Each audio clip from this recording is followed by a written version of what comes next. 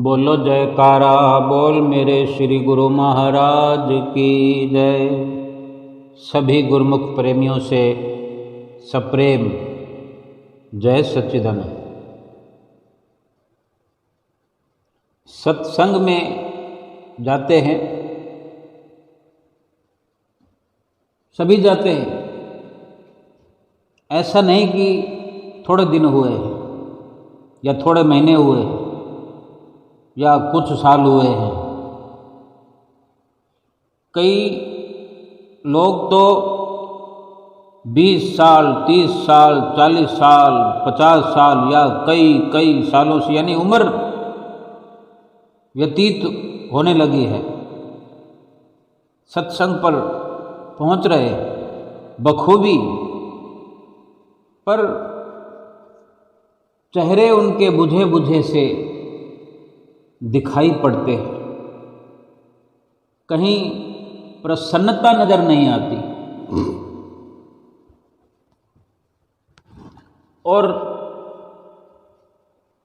वार्ता में कहीं से कोई संतुष्टि सत्संग की नजर नहीं आती, या यूं कहें कि सत्संग का लाभ भीतरी तौर पर या बाहरी तौर पर जो होना चाहिए वो नहीं नजर आता, यानी लाभ की श्रेणी में वो नहीं पहुंच पा रहे हैं।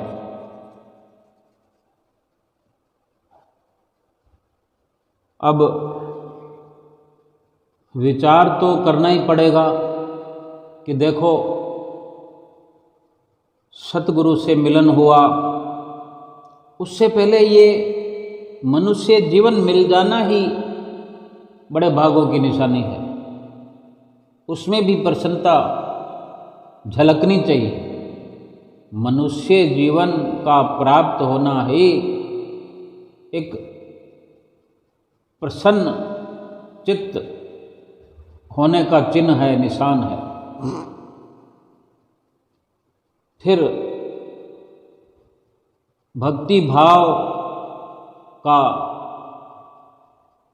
भीतर में जगना, जब भीतर में भक्ति भाव जगता है, भगवान के प्रति प्रेम जगता है, तभी तो पहुंचता है सतगुरु के पास।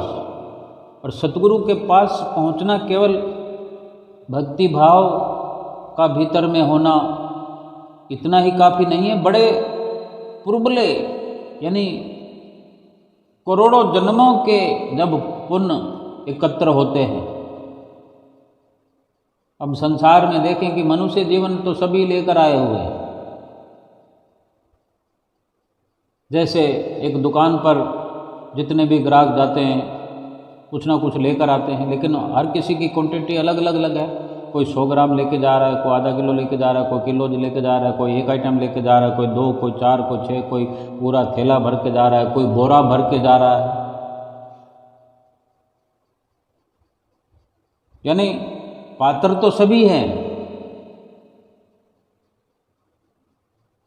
लेकिन सबके भरे तो नहीं जा रहे। इसी प्रकार मनुष्य जीवन सबको मिला हुआ है। जितनी भी जितनी मनुष्यता इस संसार में अभी है, क्या सबको सब के सब सतगुरु को पा चुके हैं या सतगुरु ने उनको अपना लिया है?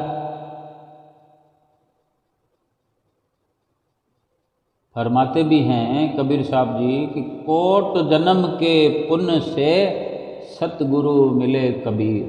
कबीर साहब जी कहते हैं कि करोड़ों जन्मों के जब पुण्य उदय होते हैं, पुनीत कर्म इकट्ठे होकर जब फल देने पर आते हैं, तो वक़्त के संत सतगुरु की चरण शरण प्राप्त होती है। जैसे हम खुश नसीब गुरुमुख प्रेमियों को सतगुरु की चरण शरण प्राप्त है।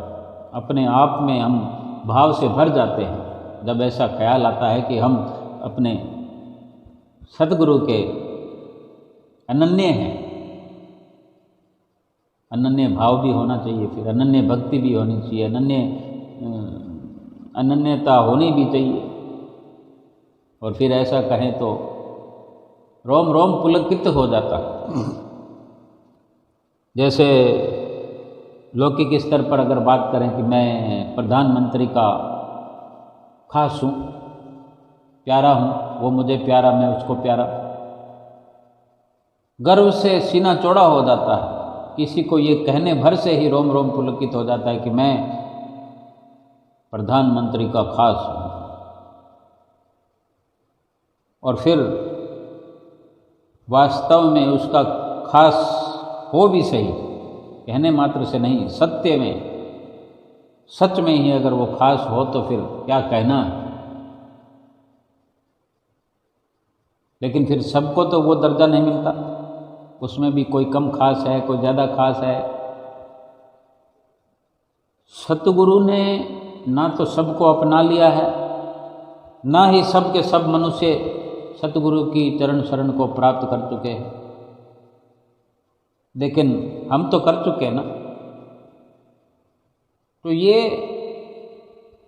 हमको एक चिंता की अवस्था तक सोचना चाहिए कि सतगुरु की शरण मिली है, कोई ऐसी वैसी बात नहीं है, बहुत बड़ी बात है सतगुरु की चरण शरण मिलना है। मनुष्य जीवन मिल जाने के बाद, इतना बड़ा जीवन के अंदर तोहफा मनुष्य जीवन का मिलने के बाद में फिर ये एक दूसरा महान तोहफा है, उससे भी बड़ा तोहफा, कि सतगुरु की चरण शरण मिल गई। इस मनुष्य जीवन को, इस मनुष्यता को, इस इंसानियत को चार चांद लग गए।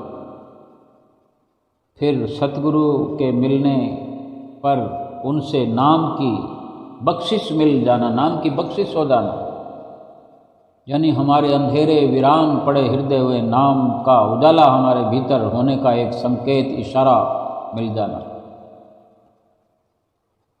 नित्य प्रति सत्संग में पहुंचने का क्या हर किसी की कोई मजाल है कि पहुंच सके? सत्संग में हम जाकर देखेंगे, जो भी हॉल होता है, जो कमरा होता है, जहाँ जहाँ भी कोई कुटिया आश्रम में देखें कि जो हॉल है, क्या रोज का रोज खचाखच भरा होता है? खाली पड़ा होता है। कहीं मंदिर द्वारे में कहीं भी जाकर देखें, रोज का रोज नित्य प्रति देखें, सुबह शाम कितनी भीड़ होती है। कभी कभी ऐसा अवसर होता है जहाँ लंगर हो, भंडारा हो, खान पान का पूरा कोई विषय हो, समागम हो, तब बड़ी भीड़ लगती है, पैर रखने की जगह नहीं होती। और क्या एक विषय होता है कि आज सत्संग है, आज फला समागम है, लेकिन सत्संग तो रोज नित्य प्रति करने के लिए कहा जाता है, करना होता है, नियम में शामिल है। भीड़ तो रोज होनी चाहिए।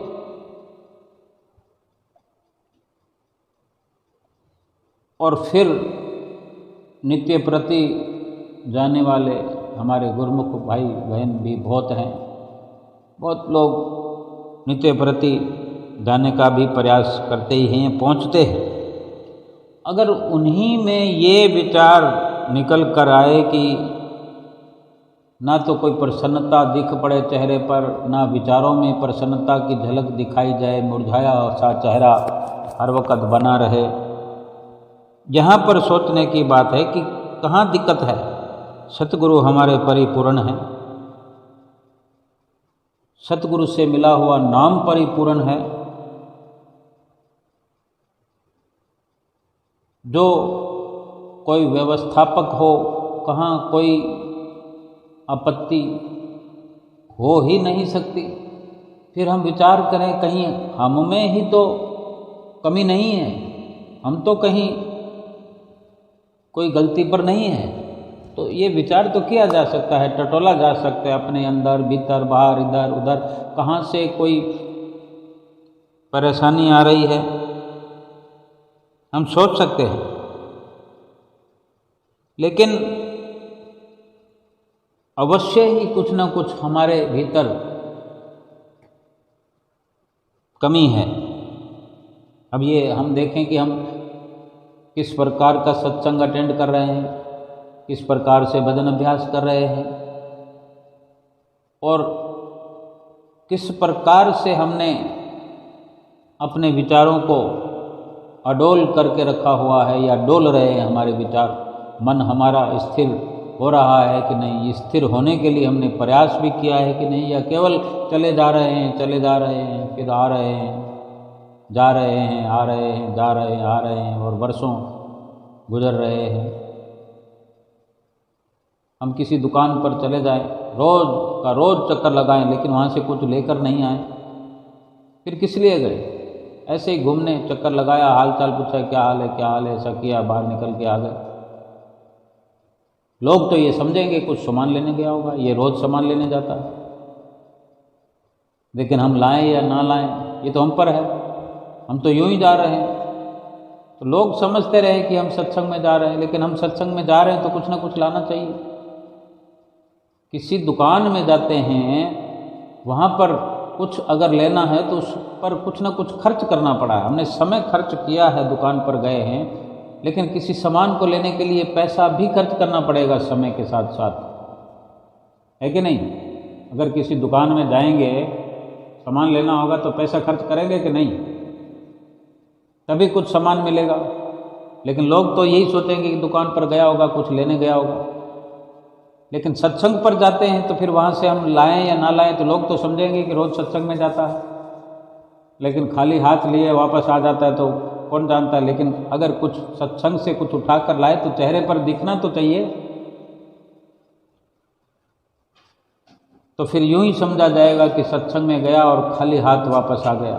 समय तो लगाया, लेकिन ये कितनी सुंदर बात है कि वहाँ पर सत्संग से सत्संग लेकर आना हो तो वहाँ पर लगता कुछ भी नहीं है। समय तो वहाँ भी लगता है, समय वहाँ भी लगता है, लेकिन सत्संग की दुकान पर जाने से समय लगता है लेकिन धन नहीं लगता। फिर भी अगर हम नहीं लेकर आएंगे, खाली हाथ आएंगे, तो फिर वही बात होगी कि 20 साल हो गए, 30 साल हो गए, 40 और 50 साल हो गए, कोई लाभ नहीं हो रहा, कोई खुशी प्राप्त नहीं हो रही। शायद ऐसा ही हो।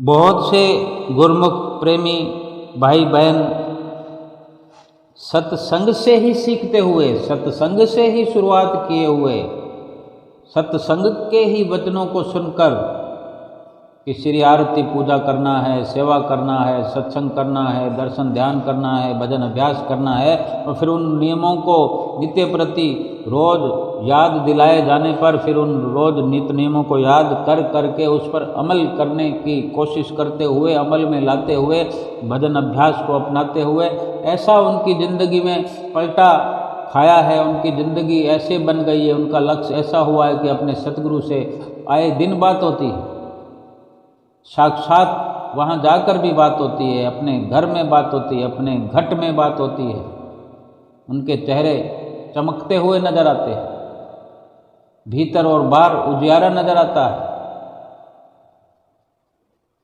उनकी वाणी पर मिठास होता है, उनकी जो विचारधारा है वो गहराई वाली होती है। 2 मिनट की किसी का संग करने पर, ऐसे लोगों का, गुरुमुखों का संग करने पर, जिनको भी अवसर मिलता है ऐसा उनका संग करने का, उनको 2, 4, 5 मिनट में भी एक आनंद की लहरें भीतर से उठने लगती है। ये सतगुरु के नाम का प्रभाव है, असर है। कैसे कह दें कि सत्संग में जाकर के लाभ नहीं हुआ, भजन अभ्यास किया फायदा नहीं हुआ, श्री आरती पूजा करते हैं लाभ नहीं होता? किसकी करते हैं? हाथ में थाली घूमती चली जाए और आँखों के भी अंदर और दिल दिमाग में घर परिवार का चेहरा घूमता रहे, बिजनेस घूमता रहे, गाए बगाए आरती पूजा कर लिया, चलते फिरते गुनगुना लिया तो ठीक है, नहीं तो कई कई दिन तक आरती पूजा ना हो। लेकिन ये विशेषकर जिक्र इसलिए है कि जो वर्षों से नित्य प्रति लगे हुए हैं उनके लिए ये चिंता का विषय है कि लाभ क्यों नहीं हो रहा। हम स्वयं ही विचार करें, हम स्वयं ही अपने भीतर देख करके कुछ जो एहतियात के तौर पर हमें करना चाहिए वो करें। जिन लोगों को इतने साल सत्संग जाकर भी कुछ प्राप्त नहीं हुआ, तो कहीं ना कहीं जो दिक्कत है, कमी है। अब जो हमें नाम मिला उस नाम में तो कमी है नहीं, जो सत्संग सुनने को मिलता है तो सत्संग में कमी नहीं है। हम सत्संग में जाएं और सत्संग को ध्यान से ना सुने तो कमी हुई। किस लिए गए फिर? इधर उधर देखने के लिए, सबसे मिलने के लिए। और सत्संग ध्यान से सुन लिया तो फिर उस पर अमल नहीं किया, ये भी कमी है। अमल किया तो पूरा नहीं किया, आधा किया, आधा अधूरा अमल किया, आधे से भी आधा अमल किया, तो उतना ही लाभ होगा। अगर 2 घंटे खर्च किए, 2 घंटे की अहमियत हमने समझी नहीं, फिर 2 घंटे में जो कार्य किया उसकी भी अहमियत समझी नहीं, जो अमल से लाभ होता है उसकी भी अहमियत समझी नहीं, तो फिर लाभ होगा कहाँ से? हम ऐसा भी देखने में आता है कि सत्संग में नींद आने लगती,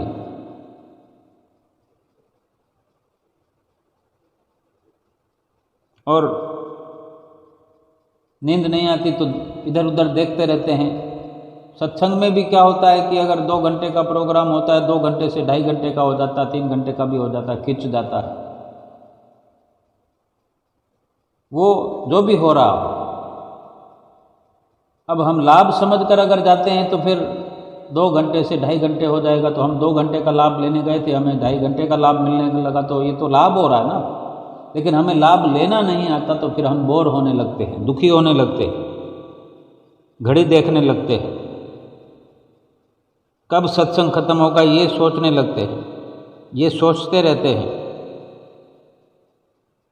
सत्संग घर से बाहर आकर कुछ इस प्रकार के गिले शिकवे शुरू कर देते हैं। जब भीड़ के भीड़, झुंड के झुंड बाहर निकलते हैं तो एक दूसरे से मिलना जुलना होता है, सत्संग क्या हुआ ना हुआ, जैसे एक अंदर टीस चलती होती है, जैसे अंदर भीतर कुछ भरा होता है कि नित्य प्रति फलां व्यक्ति से मिलना है, फलां माता से मिलना है, फलां बहन से मिलना है, नित्य प्रति मिलना होता है। तो जैसे बाकी का समय जो व्यतीत होता है घर में, उस वक़्त जो घटित होता रहती है घटनाएं कि फिर जब सत्संग में सब मिलेंगे जुलेंगे तो फिर यही बातें करेंगे, तो वो एक इंतज़ार लगी होती है सत्संग की कम, और उस प्रकार की चर्चा बातें करने की एक अलग सी उमंग भीतर में पनपती रहती है, जो वक्त मिलते ही वही सब युद्ध अभ्यास पर वो जंग छिड़ जाती है बातों की, यानी होड़ लग जाती है। उधर से भी यही बात और इधर से भी यही बात, कोई अपनी बात को पूरा ढंग से कह नहीं पाता क्योंकि समय कम होता है, और इस प्रकार की विचारधाराएं, विकार जो भरे पड़े होते हैं वो ज़्यादा होते हैं। ना तो कोई निष्कर्ष निकलता है, ना कोई पूरी बात कह पाता है, अगर कह भी दी जाए तो ना सुनने वाला कोई समाधान कर पाता है। वो भी दुखी है और ये भी दुखी है। लेकिन जिस सत्संग में आए थे, अगर उसमें विश्वास हो जाए तो उन दोनों का ही समाधान सत्संग से निकल सकता है, क्योंकि समाधान सत्संग में है। जो भी परेशानी रही हो, बहू सास से दुखी, सास बहू से दुखी, ऐसा कुछ है, पत्नी पति से, पति पत्नी से, बच्चे माँ बाप से, माँ बाप बच्चों से, अड़ोसी पड़ोसी से और पड़ोसी अड़ोसी से, कुछ भी समस्याएं हैं, सबका समाधान सत्संग से होता है। सत्संग करो, सत्य में रहो, सत्य पर चलो, सत्य सुनो, सत्य कहो, निंदा चुगली बुराई, वैर विरोध ईर्षा छल कपट सब के सब इस इंसानी जीवन के लिए नहीं बने हुए।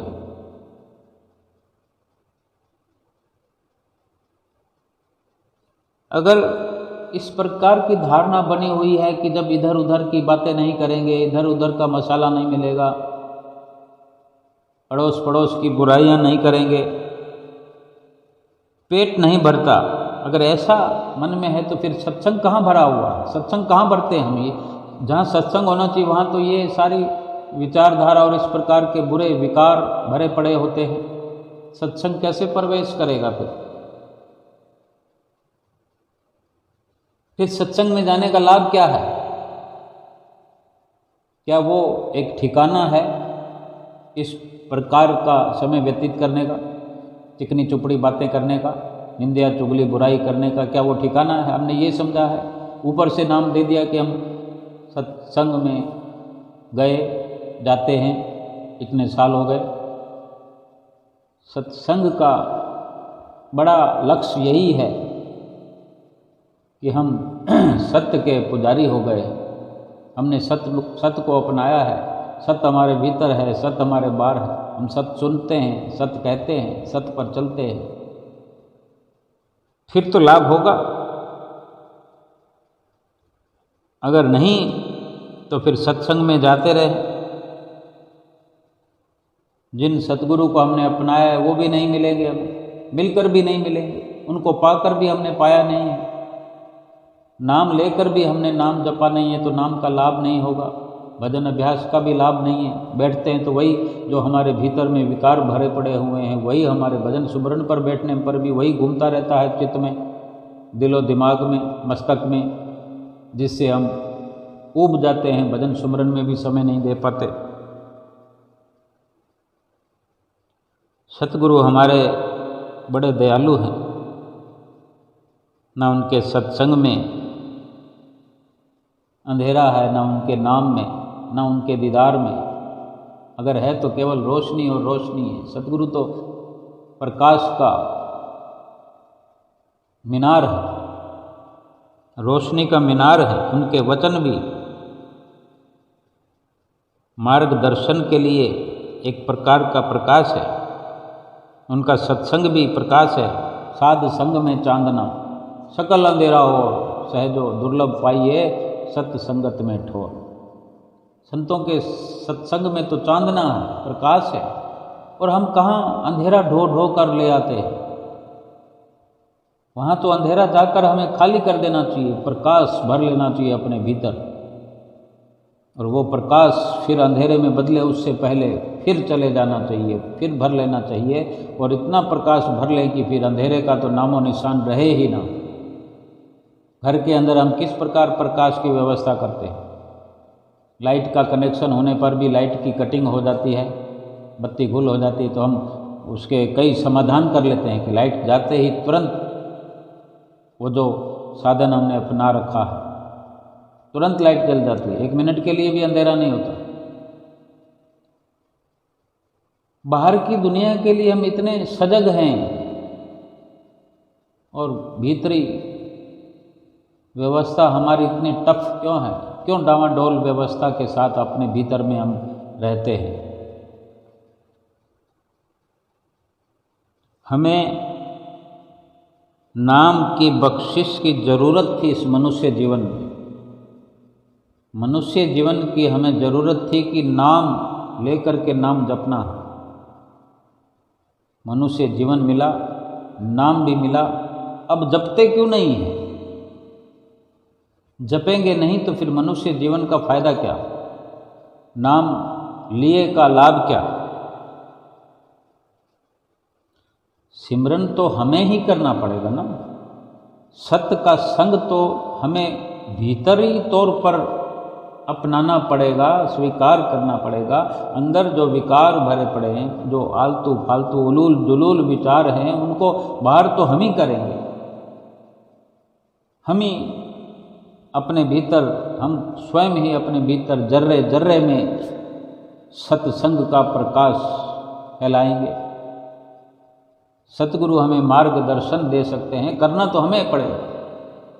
अगर रोटी बनी बनाई तैयार है तो खानी तो हमें स्वयं को पड़ेगी। क्या रोटी बनाने वाला निवाले भी हमारे मुंह में डाले? अगर डाल भी दे, इतने व्यवस्था भी हो जाए, तो फिर चबाएगा कौन? चबाना तो हम ही को पड़ेगा। अगर हम पुरुषार्थ नहीं करेंगे, अमल नहीं करेंगे, तो फिर लाभ से तो वंचित रह जाएंगे। सत्संग तो हमें जाना ही है, और जो बदलाव करना है वो हमको करना पड़ेगा।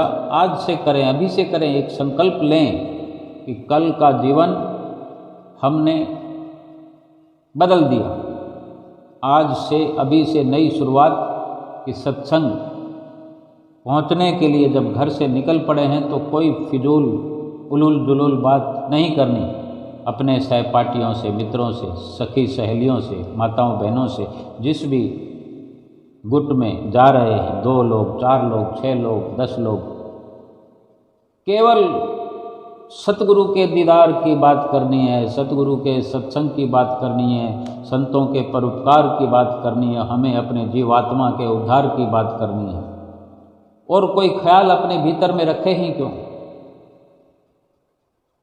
क्यों आने दें? बहू ने ऐसा किया, बहू ने वैसा किया, क्यों ये विचार करें कि सासू ने ऐसा किया कि वैसा किया? किसी ने कुछ नहीं किया, जो कुछ किया हम ही ने किया। हमारे साथ जो कुछ भी हो रहा है या होता होएगा वो हमारा ही किया हुआ है, अपना ही किया हुआ है, अपना किया भुगत रह दिया। ये जीवन तो इन सब पापों की कटिंग करने के लिए मिला है, पापों को काटने के लिए मिला है, और हम फिर से और पापों के बोरे भर रहे हैं, पापों की गठड़ियाँ भर रहे हैं। पिछला पड़ा हुआ है, ख़त्म नहीं हुआ। एक थाली में अगर खाना पड़ा हुआ है और हम और लेते जा रहे हैं, क्या इतना भी नहीं समझते? हम मना कर देते हैं कि बस और नहीं चाहिए, बस और नहीं चाहिए। जहाँ मुफ्त में खाना मिल रहा हो वहाँ भी हम बस कर देते हैं, क्योंकि जगह नहीं है तो फिर स्वास्थ्य थोड़ी खराब करना है। तो ये भी वही बात है, जब पाप की गठड़ियाँ जो केवल दुख देने वाली है, उनको और भरने से क्या लाभ? अगर पहले से दिल दामन भरा हुआ है पापों से, फिर पापों की जरूरत कहाँ है? पापों की तो सजा मिलती है, भला पापों की कोई कामना करता है? लेकिन हम कर रहे हैं, हमसे हो रहा। निंदा, चुगली, बुराई, इनसे क्या मिलना? छल, कपट, झूठ। विचार करें, समझदार बने। हमको कोई सुमरन करने के लिए दूसरा आकर के हमें पकड़ कर नहीं करवाएगा। हमें विचारों से पकड़ करवाने के लिए सतगुरु जो उन्होंने जिम्मा लिया है वो कोई कमी नहीं रखे हुए है। हर प्रकार की सुविधा उन्होंने घर बैठे भी हमें दी है। सब कुछ उनकी कृपा से, धन धान्य भरपूर है, जितना भी है वो भरपूर है। उसको खर्च करके देखें, वो भक्ति के राह पर चल कर देखें, पहले से भी अधिक भरपूर हो जाएगा। 4 चांद लग जाएंगे, हम निहाल हो जाएंगे। ऐसे सतगुरु हमारे दयालु हैं, परोपकारी हैं। जब सतगुरु नाम की बख्शिश करते तब हमारे कुछ पाप कम हो जाते हैं। नाम की बख्शिश करने से हमें दुख दर्द सहने की एक शक्ति मिल जाती है, एक सर्टिफिकेट मिल जाता है कि हम दुख जो आते हैं या आएंगे उनको सहन कर पाएंगे। एक ये नाम का प्रकाश है। केवल नाम के मिलने भर से ही इतनी शक्ति सतगुरु हमारे भीतर भर देते हैं। फिर नाम को अगर जपे तो 4 चांद लग जाएंगे। यमराज के चक्कर से हमें आज़ाद करते हैं जो नाम की बख्शिश हमें करते हैं। हमने क्या समझ रखा है नाम को? वो कोई 2-4 शब्दों का केवल नाम नहीं है, वो यमराज से बेखौफ करने वाला नाम है, 84 लाख योनियों से बचाने वाला नाम है। यमराज भी हमारा कुछ बिगाड़ नहीं सकता। तीनों लोकों में कोई हमें डरा नहीं सकता, कुछ हमारा बिगाड़ नहीं सकता। लेकिन सुमरन हमें खुद करना पड़ेगा। सत्संग भी जाना है तो सत्संग करके लौटना है, सत का संग करके आना है, सत का संग करने जाना है। नित्य नेम सत्संग नित्य प्रति अपनाएं। घर में बैठकर भी सत्य का संग कर सकते हैं और करना चाहिए। जहाँ भी जाएं सत्य का संग करना चाहिए।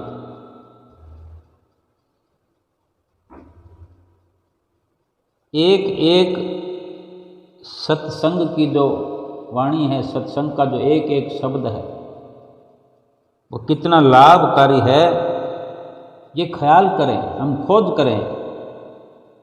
कि हर शब्द के अंदर कितनी गहराई है।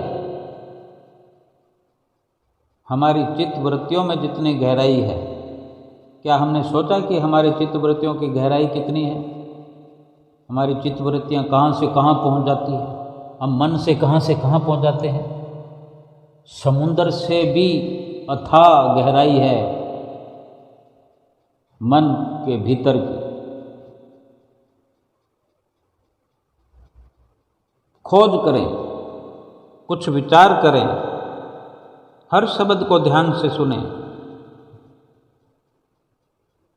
सत्संग का लाभ इतना होना चाहिए, भजन सुमरन का लाभ इतना होना चाहिए। घर में बैठ के भजन करें, सुमरन करें ऐसा कि जिसका सुमरन कर रहे हैं, जिसने नाम की बख्शिश की है, उसके दर्शन दीदार करते हो, जो सिमरन करते हैं कि श्री दरबार में जा कर के जब श्री दर्शन करने पहुँचे हैं तो ऐसी बख्शिश हो कि सतगुरु से मुलाकात हो जाए, अकेले में बात हो जाए, सतगुरु हमारा हाल पूछें, हम अपने सतगुरु का हाल पूछें। ये सतगुरु के बख्शे हुए नाम की बख्शिश में ही सारी शक्तियाँ भरी हुई है। लेकिन हम सत्संग में आ रहे हैं, जा रहे हैं और कोई लाभ नहीं। अंदर क्या भीतर क्या, प्रकाश ही प्रकाश। और इस प्रकाश के उजाले में, सत्संग के प्रकाश में, नाम के प्रकाश में इस लोक से परलोक का सफ़र यूं व्यतीत हो जाए कि पता भी न लगे। क्या हमने नाम को समझा है, क्या सतगुरु को हमने समझा है, क्या हम दर्जा देते हैं। सतगुरु को केवल इतना ही समझ लें, सतगुरु से केवल इतना अपना बना लें कि जैसे अपने घर के सदस्यों को स्थान दिया हुआ है कि अगर 10 रसगुल्ले ले जाएंगे, 10 लोग हैं तो सबको एक एक देंगे, बराबर देंगे। तो ये समझ लें कि सतगुरु भी हमारे उन्हीं घर के सदस्यों जैसे हैं। होना तो यही चाहिए कि पहले नंबर पर सतगुरु को रखें, मुखिया बनाएं अपने सतगुरु को। ये केवल भोग लगाने की बात नहीं है, ये एक उदाहरण है। दुख में, सुख में जहाँ समय देने की बात आती है, फिर वहीं बात आएगी भजन अभ्यास की। 24 घंटे में अगर हम ये विचार कर लें कि 10 सदस्य हैं, अगर 2-2 घंटे भी हम सबको समय देते हैं तो 2 घंटे सतगुरु के नाम पर भजन सुमरन को समय दे दें। समझो हमने सतगुरु को समय दे दिया, समझ लो कि हमने सतगुरु को अपने घर का सदस्य बना लिया। यूं ही नहीं फरमाते हैं, महापुरुष फरमाते हैं, जितना हेत कुटुंब से उतना हरि से होय। जितना हेत कुटुंब से उतना हरि से होय। चला जाए बैकुंठ में पला न पकड़े को, पला न पकड़े खोय। केवल इतना ही कि जितना समय, जितनी कुर्बानी, जितना चिंतन घर के सदस्यों का करते हैं, उतना ही सतगुरु के लिए व्यवस्था कर दें। और उसी व्यवस्था के तहत जो सतगुरु ने आदेश किया है कि 2 घंटे भजन सुमरन करो, 5 नियमों की नित्य प्रति पालना करो, केवल इतना ही समझ लें। फिर पूरे घर के लिए हम कमाएं, उनको पालें पोसें, सब कुछ करें, अच्छे से अच्छा खाएं, अच्छे से अच्छा पहनें।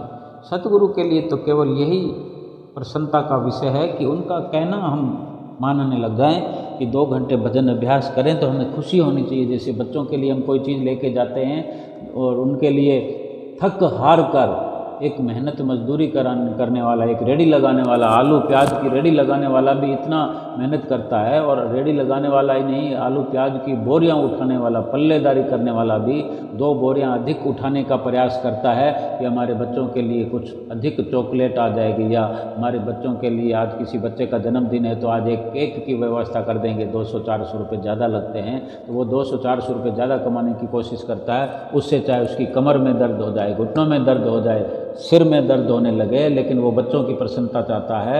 बस इतना भर ही इतना दर्द सतगुरु के बताए हुए भजन अभ्यास करने से कभी नहीं होता। उनके आज्ञा की पालना करने में राहत मिलती है, राहत ही राहत मिलती है। हम खुद विचार करें कि अगर हमने दृढ़ संकल्प कर लिया कि 2 घंटे भजन अभ्यास करना है, 2 घंटे बैठ जाएं हम 2 घंटे के लिए, आराम मिलेगा या थकान होगी? कौन से घुटनों में दर्द होगा? आलती पालती अगर नहीं लगा सकते, कोई उम्र दराज है तो टांगे लंबी कर लो। कमर में दर्द है तो दर्द जब बोरियां उठाने में ज़्यादा होता है या आराम से बैठ जाने में दर्द होता है? और फिर भी दर्द हो रहा है तो पीछे दीवार के साथ 1-2 तकिए लगा लो, 3 तकिए लगा लो, मुलायम मुलायम पिल्लो लगा करके, कितना दर्द होगा? कौन सी आफत है उसमें जो हम नहीं करते? हम करना नहीं चाहते, लेकिन उस करने में शरीर दर्द हो रहा है, ऐसा कोई कहता है तो सर्वथा गलत है, दुख की बात है। केवल और केवल आराम मिलता है, मन को आराम। ऐसे थोड़े करते हैं कि मन विश्राम पाता है, मन स्थिर हो जाता है। जो भटकता फिरता है, रोता फिरता है पूरे संसार में, वो भटकना समाप्त होती है। शरीर आराम से बैठता है, शरीर आराम से स्वस्थ होने की कगार पर पहुंच जाता है।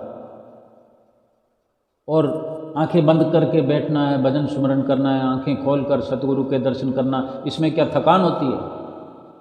थोड़ा सा आड़े हो जाएं, टेढ़े हो जाएं, उठ करके पानी पी कर आ जाएं। 2 घंटे एक साथ नहीं बैठ सकते तो 1 घंटा कर लें, 1 घंटा दूसरी बार कर लें।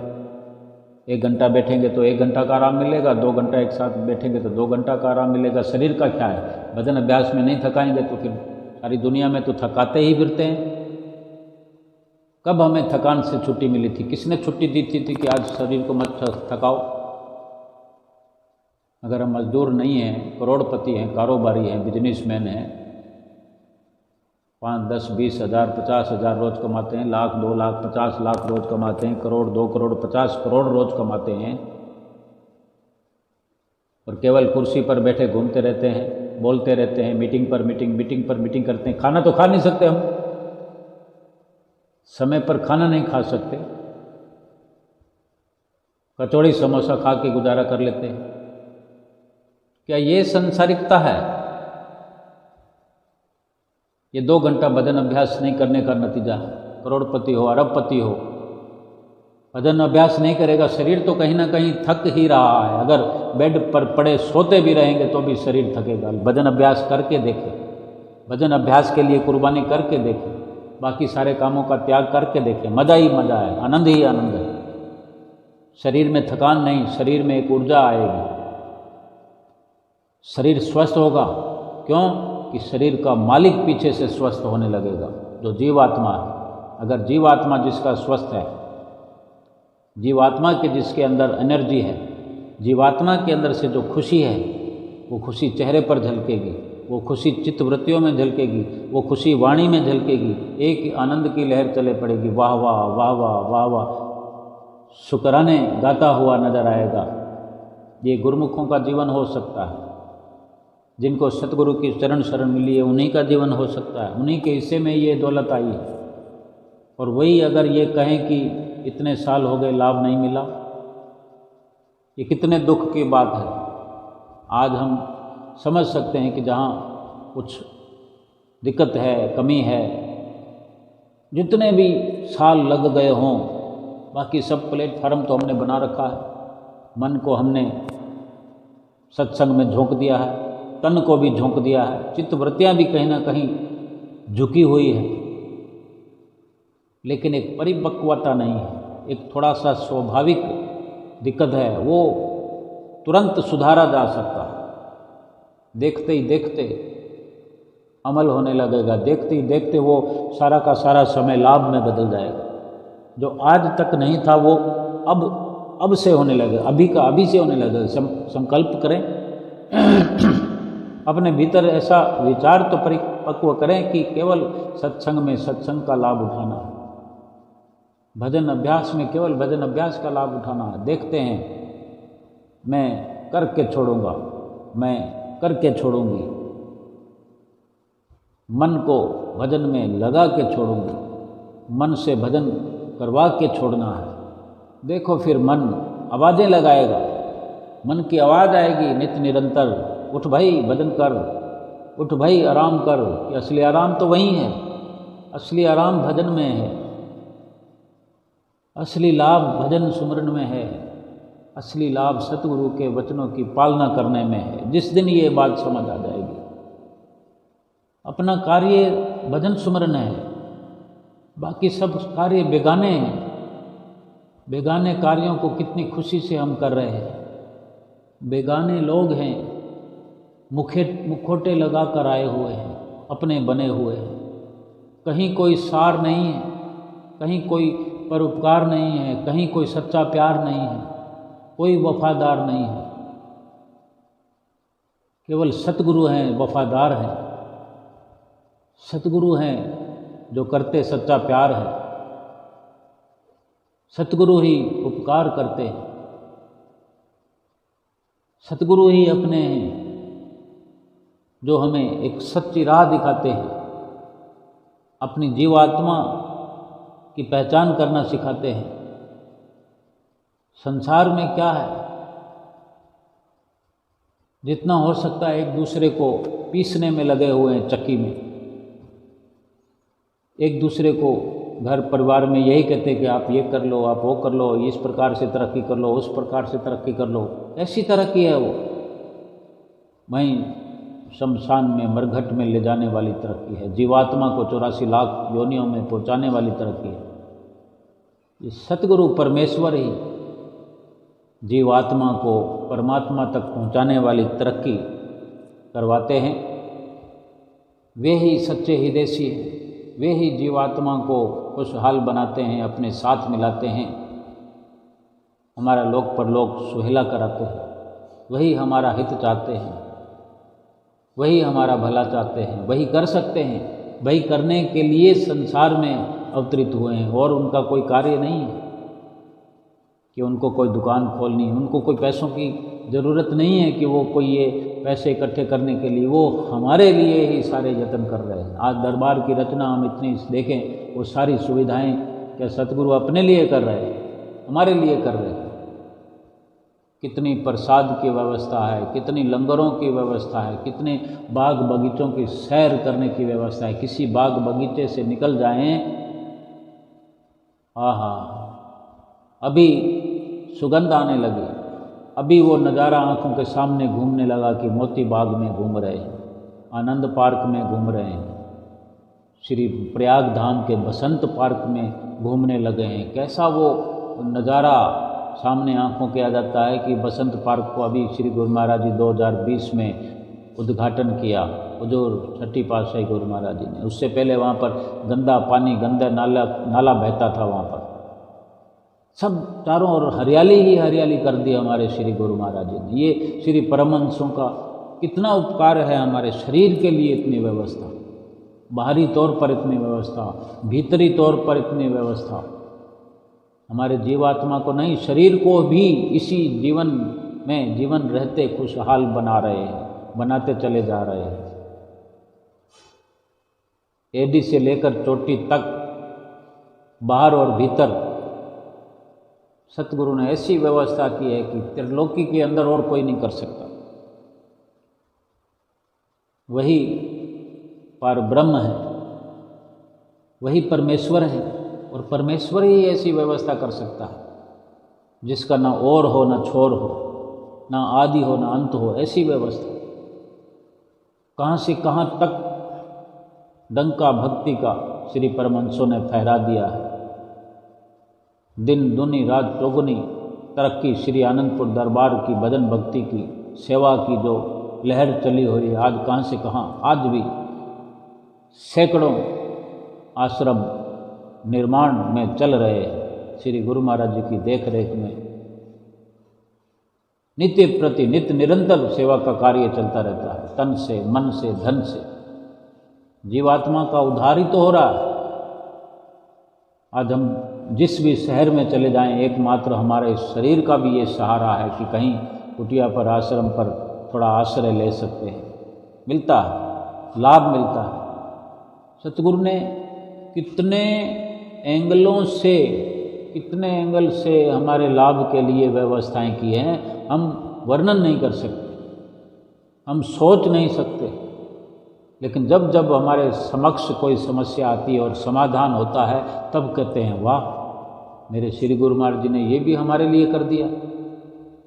इसी प्रकार अंतिम श्वास तक और इस जीवन में नहीं, हर जीवन में ये हम महिमा का गायन करते रहेंगे, लेकिन हम समझ नहीं पाएंगे कि कितनी व्यवस्थाएं श्री सद्गुरुदेव महाराज जी ने हमारे तन के लिए, मन के लिए, जीवात्मा के लिए, धन के लिए भी किए। धन कमाना संसार में हमारे लिए आसान हो गया। कोई गुरुमुख प्रेमी नहीं कह सकता कि मैं दुखी हूँ। जिसने अपने सतगुरु से प्रीत लगाई है, जिसने अपने सतगुरु के वचनों पर अमल किया है, कर रहे हैं, उसकी तकदीर बढ़ चढ़कर उसके कदमों में आकर के उसको मदद दे रही है। ये मेरे सतगुरु की अपार कृपा है, ये मेरे सतगुरु की दयालुता है, ये मेरे सतगुरु का प्यार है। हम सब पर बरसता रहे सतगुरु की प्रसन्नता, हम सब गुरुमुख प्रेमियों पर होती रहे, नित्य निरंतर होती रहे। हम सतगुरु की प्रसन्नता के पात्र बने और लोक परलोक सुहेला कर जाएं। बोलो जयकारा बोल मेरे श्री गुरु महाराज की जय।